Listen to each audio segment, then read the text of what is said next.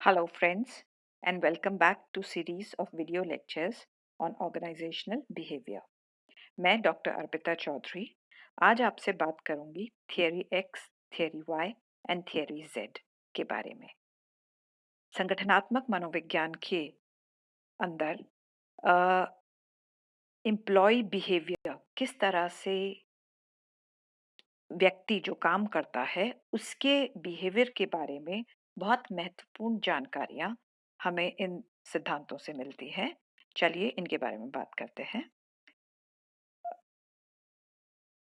Douglas McGregor की एक बहुत फेमस किताब है ह्यूमन साइड ऑफ एंटरप्राइज।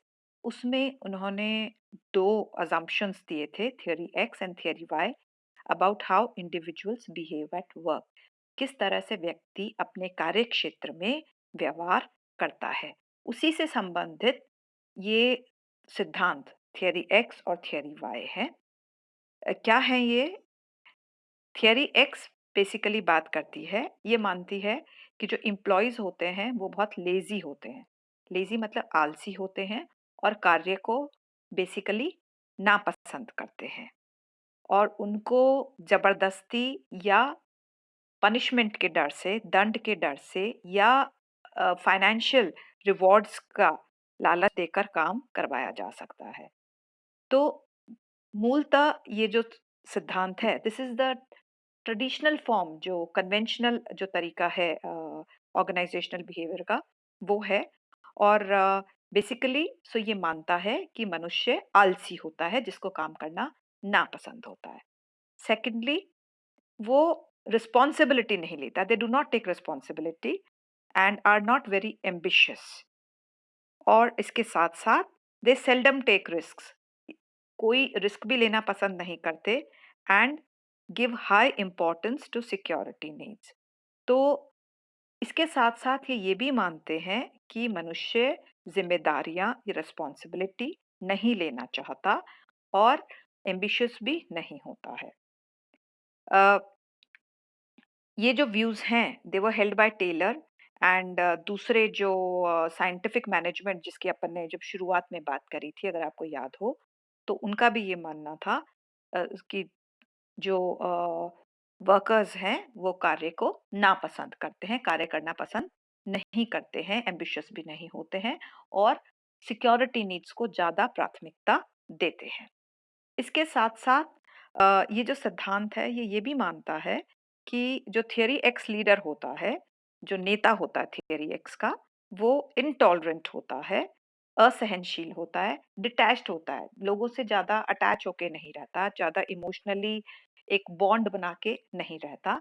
इसके साथ साथ वो बहुत डिमांडिंग होता है और he does not encourage participation and team work. So basically अगर हम देखें तो ये माना जाता है कि ये डेमोक्रेटिक टाइप ऑफ लीडर नहीं होता, but he is more towards authoritarian style, who is driven by results and deadlines, और कमांडिंग होता है और लोगों की ज्यादा तारीफ भी नहीं करता। So this kind of leadership is generally जो ऑटोक्रेटिक तरह की लीडरशिप होती है, उस तरह की लीडरशिप थियरी एक्स का जो लीडर होता है वो होता है। इसके साथ-साथ हम देखेंगे कि अब थियरी वाई क्या है? थियरी वाई, देखिए थियरी एक्स तो जो ट्रेडिशनल जो तरीका है, जैसे मैंने कहा साइंटिफिक मैनेजमेंट में भी जो माना गया है, और कि किस तरह से जो मनुष्य कार्यक्षेत्र पे व्यवहार, शुरुआती जो एक मैंने बोला ना, इसीलिए ट्रेडिशनल स्टाइल, ठीक है? Theory Y is the comparatively जो अमेरिकन जो स्टाइल है, और जो ये मानते हैं कि people consider work as natural as play और रेस्ट। जैसे व्यक्ति को खेलना या आराम करना पसंद होता है, इसी तरह से काम को भी वो बहुत नेचुरली लेता है। And people are happy and satisfied, व्यक्ति संतुष्ट होते हैं, खुश होते हैं, दे आर कमिटेड। व्यक्ति एक कार्य के प्रति कमिटेड महसूस करता है टू अचीवमेंट ऑफ ऑर्गेनाइजेशनल गोल, संगठनात्मक लक्ष्य को हासिल करने के लिए वो अपना कमिटमेंट और सिंसियरिटी शो करता है। सो थियरी एक्स के just the opposite, theory Y ये मानती है कि पीपल खुश होके काम करते हैं, जो एम्प्लॉयज होते हैं, एंड संतुष्ट होते हैं, ठीक है? इसके साथ-साथ ये भी मानता है कि जो टाइट कंट्रोल्स होते हैं, बहुत ज़्यादा नियंत्रण, जिसकी अपन ने जैसे बात करी थी अभी, थियरी एक्स का लीडर होता है, तो बहुत ज़्यादा नियंत्रण या punishment, it can not make people work. Theory x ये मानती है कि पनिशमेंट के डर से व्यक्ति काम करता है, लेकिन थियरी वाई ये मानती है कि व्यक्ति खुश होके काम करता है, संतुष्टि के लिए काम करता है, और पनिशमेंट से आप व्यक्ति को काम नहीं करवा सकते। एंड जनरली ही would put his best effort जब वो, when he is committed to goals, when he is committed to certain, एक लक्ष्य के प्रति जब वो कमिटेड होता है, तो वो अपना बेस्ट एफर्ट्स डालता है। इसके साथ साथ थियरी वाई ये मानती है कि जो एवरेज पर्सन होता है, वो रिस्पॉन्सिबिलिटी भी लेता है, क्योंकि अपन ने थियरी एक्स में ये कहा था कि वो रिस्पॉन्सिबिलिटी या उत्तरदायित्व, जिम्मेदारियां नहीं लेना पसंद करता, लेकिन थियरी वाई ये मानती है कि व्यक्ति रिस्पॉन्सिबिलिटी लेता है एंड इवन सीक्स इट। अगर कंडीशंस हैं ऑर्गेनाइजेशन में ऐसी, तो वो उनको चाहता है जिम्मेदारियों को लेना। इसके साथ साथ people can solve their problems, जो एम्प्लॉयज होते हैं वो अपनी समस्याओं का समाधान स्वयं करने में सक्षम होते हैं, and they have creativity and imagination, और ये जो सृजनशीलता होती है, these qualities are found in large number of people. ठीक है? Now will talk about the general observations about theory X and theory Y. कि देखिए, हमने दोनों को समझा कि थियरी एक्स क्या है, वो कंजर्वेटिव तरीका है, और theory why was slightly modern American system of working. और अब अपन बात करेंगे जनरल ऑब्जर्वेशंस, दोनों का जो मिला-जुला स्वरूप। देखिए, थियरी एक्स और थियरी वाई को अगर हम देखें, तो हम ये एक निष्कर्ष पर पहुंचते हैं कि पीपल हैव ट्रेमेंडस पोटेंशियल, लोगों में बहुत पोटेंशियल होती है, बहुत to do something, and which should be tapped. तो व्यक्तियों की जो पोटेंशियल है उसको हमें मालूम करना चाहिए। जो मैनेजमेंट होता है, जो ऑर्गेनाइजेशंस होते हैं, उनको व्यक्तियों की पोटेंशियल को टैप करके एंड उसको ऑर्गेनाइजेशनल ग्रोथ के लिए इस्तेमाल करना चाहिए। अ, इसके साथ-साथ participative approach is very participative approach, हम जहाँ बात करते हैं डेमोक्रेटिक स्टाइल ऑफ लीडरशिप की, जहाँ पे लोगों को इन्वॉल्व किया जाता है, that is very effective where people are emotionally mature, जहाँ पे आपके एम्प्लॉइज़ संवेगात्मक रूप से मैच्योर हैं, सक्षम हैं, हाईली मोटिवेटेड हैं, सबऑर्डिनेट्स हैं, वहाँ पर participative approach is very effective. इसके साथ-साथ जो थियरी एक्स और थियरी वाई का जो हम निष्कर्ष निकालते हैं, we there are 2 management practices, जिसको हम कैरेट एंड स्टिक पॉलिसी बोलते हैं, soft and hard management practices. Uh, तो बेसिकली ये मानते हैं कि संगठन में कोई ज़रूरी नहीं हमेशा सॉफ्ट ही रहा जाए, या हमेशा बहुत कंट्रोल्ड या बहुत क्रिटिसिज्म वाला व्यवहार रहा जाए। तो ये कहते हैं कि संगठनों में बेसिकली दोनों तरह का, these are called soft and hard practices, दोनों का मिला-जुला स्वरूप होता है, वो परफॉर्मेंस को बढ़ाता है। हार्ड प्रैक्टिसेस कौन-सी होती हैं? जिसको हम स्टिक पॉलिसी बोलते हैं, गंदी भाषा का इस्तेमाल, गाली-गलौच करके इस्तेमाल करना, बहुत ज़्यादा नियंत्रण रखना, शक की दृष्टि से देखना। व्हेयरएज़ सॉफ्ट मेथड्स जो कैरेट पॉलिसी है, वो है रिवॉर्ड्स, लोगों को अच्छे फाइनेंशियल इंसेंटिव्स देना। सो दोनों का मिला-जुला स्वरूप एम्प्लॉइज को प्रेरित करता है बेहतर करने के लिए। इसके साथ-साथ important aspect of theory Y culture is monitoring, feedback and control system. कि हमें, जो व्यक्ति काम कर रहे हैं, उसको चाहे कोई ज़रूरी नहीं हम उसको कंट्रोल करें ज़्यादा, लेकिन एक तो मॉनिटर करें कि किस तरह का काम कर रहे हैं, उनको बिल्कुल छोड़ना भी नहीं होता है। इसके साथ-साथ they should be given a feedback. So दोनों का, थियरी एक्स और थियरी वाई का एक बैलेंस बनाकर एम्प्लॉइज से बेहतर कार्य करवाया जा सकता है। So this was theory X and theory Y of organisational behaviour. Now will talk about some more aspects कि थियरी वाई जो होती है, दिस इज ह्यूमनिस्टिक अप्रोच। ठीक है? और it was added to enhance motivation level of workers. जैसे मैंने पहले भी कहा था, theory Y is more democratic style, और इसीलिए ये मानवीय गुणों पर जोर देती है और लोगों को ज्यादा मोटिवेट कर सकती है, परफॉर्मेंस बेटर निकल कर आती है। बट उन्हीं सिचुएशंस में जहाँ पे कि एम्प्लॉयज आर इमोशनली मेच्योर, जहाँ पे वो स्वयं समझते हैं कि भाई हमारी ये जिम्मेदारी है, तो हमें बिना किसी कंट्रोल के कार्य करने को प्रेरित होते हैं। तो वहां पर थियरी वाई बहुत हेल्पफुल होती है। इसके साथ साथ दोनों थियरीज ये मानती हैं कि मैनेजर इज अ डेवलपर। वो लोगों को, लोगों का जो एम्प्लॉयज होते हैं उनका विकास करने में सक्षम होता है। वो एक फैसिलिटेटर का कार्य करता है और अ, बेहतर परफॉर्मेंस के लिए वो टारगेट्स और प्रायोरिटीज, प्राथमिकताओं का निर्धारण करता है। इसके साथ साथ एम्पावरमेंट की भी बात, थियरी वाई जो होती है वो एम्पावरमेंट ऑफ एम्प्लॉयज की बात करती है। क्योंकि जैसे मैंने पहले भी कहा कि theory Y is more democratic, तो कहीं ना कहीं लोगों को ज्यादा पावर दिया जाए, लोगों को ज्यादा शक्तियां जाए, लोगों को थोड़ा सा एक फ्रीडम दी जाए। It talks of job enrichment for improving performance, redesigning jobs, किस तरह से जॉब्स को रीडिजाइन किया जाए जिससे कि एक सेल्फ कंट्रोल और सेल्फ डिसीजन करके लोग बेहतर परफॉर्मेंस दे सके। Okay, moving further, now will talk about another very important theory जो कि हम ऑर्गेनाइजेशंस में यूज करते हैं, दैट इज थियरी जेड। अब थियरी जेड क्या है? थियरी जेड बेसिकली विलियम आउची की देन है, and it is integrative method.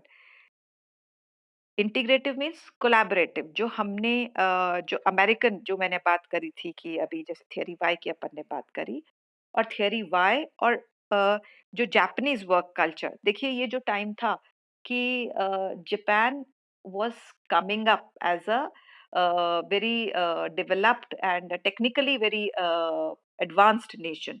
तो American style of working and Japanese style of working, दोनों का जो मिला जुला, दोनों की जो बेस्ट प्रैक्टिसेस हैं वो थियरी जेड में आती हैं। और आज की तारीख में अगर हम देखें तो most successful companies like IBM, Intel, HP, Kodak are theory Z organisations. इनमें थियरी वाई का भी है और theory Z.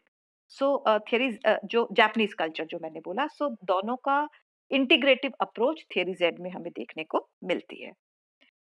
So theory Z basically क्या है? देखिए, theory Z provides stable long term employment to its employees. देखिए, अमेरिकन्स जो हैं वो लॉन्ग टर्म एम्प्लॉयमेंट्स नहीं देते, लेकिन जापानिक, जो जापानीज हैं वो लॉन्ग टर्म एम्प्लॉयमेंट देते हैं लोगों को, और स्टेबल, स्थिरता, ताकि वो अपने आप को एडजस्ट कर सके अपने आप को वर्क कल्चर के अंदर। सो थियरी जेड ने ये जापानीज जो वर्क स्टाइल है उससे लिया कि it provides stable and long term employment to its employees. Secondly, it practices moderate career specialization. American जो वर्क कल्चर है वहां पर it talks of work specialisation, highly specialised jobs, ठीक है। लेकिन जो थियरी जेड है it talks about moderate career specialisation. और मॉडरेट करियर स्पेशलाइजेशन कहाँ से? जॉब रोटेशन से। कोई जरूरी नहीं है कि एक व्यक्ति एक अपने बहुत ज्यादा स्पेशलिस्ट होता जाए, तो उसको नहीं, they prefer moderate job specialisation. इसके साथ साथ थियरी जेड के अंदर process of promotion is slow. हमने अगर आप देखें जो अमेरिकन वर्क कल्चर है वहां पे बहुत जल्दी जल्दी प्रमोशंस दिए जाते हैं, बहुत स्पेशलाइजेशन की बात करते हैं। लेकिन थियरी जेड ये मानती है कि व्यक्ति को कार्य क्षेत्र को, कल्चर को समझने का टाइम दिया जाना चाहिए, चाहे स्पेशलाइजेशन उसका कम हो, मॉडरेट स्पेशलाइजेशन हो, जिससे कि वो अपने वर्क कल्चर को समझ सके, अपने बिलीव्स एंड वैल्यूज जो ऑर्गेनाइजेशन के हैं उसको अच्छे से अ, समझ के इम्बाइब कर सके। Only then he can perform better. इसके साथ साथ theory Z also talks about commonly shared culture. क्योंकि देखिए जब आप उसको अपने जो वर्क कल्चर को समझेंगे तो then you will have a collective decision making, then एक वी फीलिंग आती है, एक आपको लगता है कि हाँ मेरी चीज है, मुझे एक लाइक हमें मिल के काम करना है, ठीक है। So then you do not need the direct supervision और कंट्रोल, जो हमने थियरी जो एक्स के अंदर जो हमने बात करी थी, डायरेक्ट सुपरविजन और कंट्रोल की आवश्यकता खत्म हो जाती है, क्योंकि आपको अपना लगता है, एक वी फीलिंग आती है। It is only possible when you there is stable employment, ठीक है। सो इसके अलावा theory Z talks about good working conditions.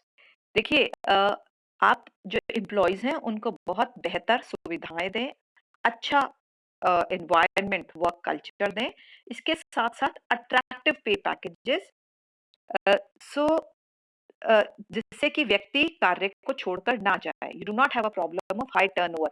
अगर आप पैकेज अच्छा नहीं देंगे तो व्यक्ति जल्दी जल्दी जॉब स्विच ओवर करेगा। सो मेन जो गोल होता है वो ये होता है कि किस तरह से एम्प्लॉयज को अच्छे पे पैकेजेस, अच्छा वर्किंग कंडीशन, स्टेबल एम्प्लॉयमेंट देकर उसको रोका जा सके, उसको बेहतर कार्य करवाया जा सके। सो वी कैन से कि जो थियरी जेड है, it is holistic concern for employees. व्यक्ति के जो एम्प्लॉयज हैं उनके ओवरऑल पर्सनालिटी, ओवरऑल विकास के बारे में कंसर्न होता है। थियरी जेड ये बात करता है। इसके साथ साथ it involves employees in decision making. तो कहीं न कहीं जो हम बात कर रहे थे अमेरिकन कल्चर की, कि जो पार्टिसिपेटिव जो अप्रोच, जो डेमोक्रेटिक लीडरशिप की हमने जो बात करी, वो थियरी जेड में भी है कि employees are involved in decision making and it emphasises team spirit, लोगों को साथ काम करना, लोगों को मिलजुल के काम करवाना।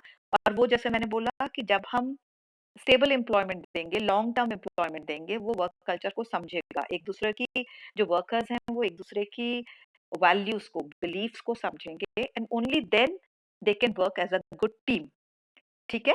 इसके साथ साथ हम ये देखते हैं कि theory Z also emphasises on building close and trusting relationship. वही बात, जब हम साथ लंबे समय तक रहेंगे, काम करेंगे, तो देन एक बॉन्डिंग, एक ट्रस्ट, एक क्लोज रिलेशनशिप्स बनती हैं वर्कर्स के बीच के अंदर। सो जिससे कि एक फैमिली की तरह से, एक मैंने बोला वी ग्रुप, जो एक वी फीलिंग आती है कि okay this is my office, these are my people, and then there is a relationship of trust and close जो रिलेशनशिप हो जाती है। इसके साथ-साथ theory Z also emphasizes on employees' need of affiliation, independence and control, as well as organizational need for high quality work. तो जो लोगों की ज़रूरत होती है कि उनको फ्रीडम भी दिया जाता है, उनको थोड़ा कुछ ऊपर से, लाइक विदाउट डायरेक्ट इन्वॉल्वमेंट, एक ऊपरी तौर पर कहीं न कहीं light control is also there. So और इसके साथ-साथ हाई क्वालिटी ऑफ वर्क, जो ऑर्गेनाइज़ेशन की जो ज़रूरत होती है, वो भी उसमें निकल कर आता है। So this was theory Z.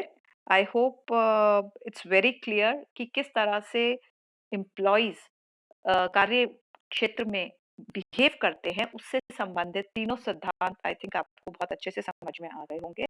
Thank you so much for watching and please continue to watch my videos on psychology and organisation behaviour. Thank you.